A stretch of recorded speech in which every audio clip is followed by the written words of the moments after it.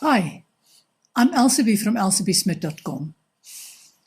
In this module, we discuss why bad things happen to good people. How is it that some people make the same mistake time and again without learning their lesson? We'll also explore reincarnation and how our soul contracts and life scripts govern our journey through this life. We'll discover how wisdom and gratitude is the key to finding the people who resonate with you, so that you can make better choices. Here's a question for you. Do you believe that God is cruel or a God of love? God is a God of love. This is easy to understand and believe when you listen to children laughing and playing, or when you see a field of sunflowers dancing in the wind, or when you hear music that resonates with your heart. How can you believe that the same God is a God of love when you live in a reality where people get murdered and raped? Where is the God of love when a newborn baby dies despite all the developments in medicine, or where a healthy child suddenly dies? How can a God of love allow people to die of hunger? This is where religion fails.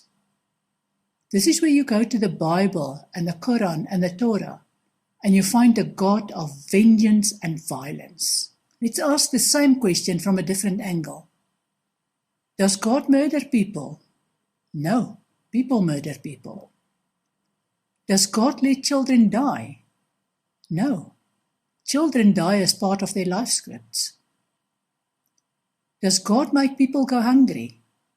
No. Corruption and greed make people steal money that is meant for feeding other people. This is not easy to explain, but I'll try. First, I'll explain what a life script is and where it comes from. Einstein's general theory of relativity states that enormous bodies, such as black holes and stars, distort space-time and make world lines bend. If the distortion is powerful enough, the world line curves back on itself to create a closed loop in which the world goes round and round. If this can happen with massive bodies, such as black holes, then it can also happen with people because we are made of stardust. What is stardust? The American astrophysicist Neil deGrasse Tyson said, "The atoms in our bodies are traceable to stars that manufactured them in their cores and exploded these enriched ingredients across our galaxy billions of years ago. For this reason, we are biologically connected to every other living thing in the world. We are chemically connected to all molecules on Earth. And we are atomically connected to all atoms in the universe.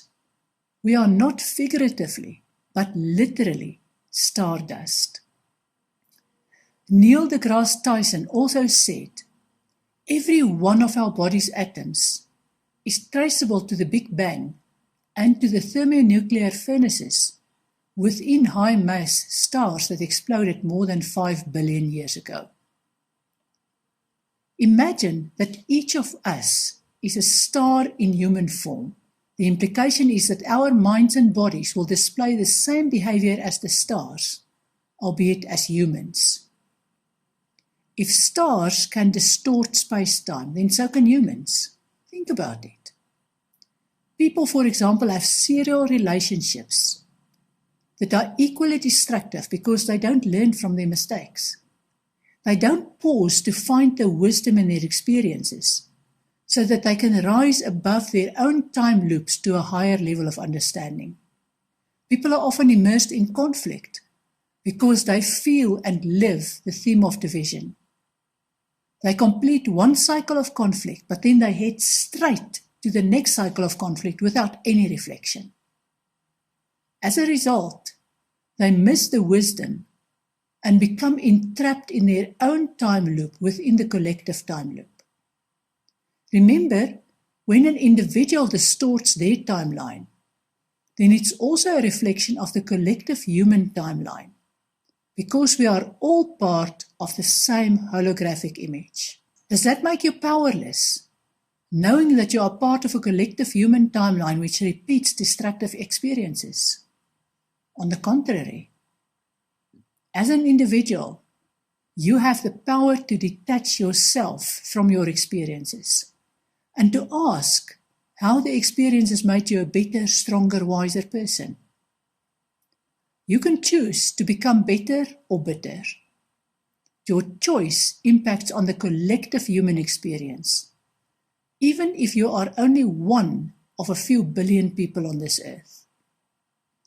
Imagine if all people take time out to find the wisdom in the experiences that they label as bad. Imagine the impact this will have on the collective consciousness. It could be mind-blowing.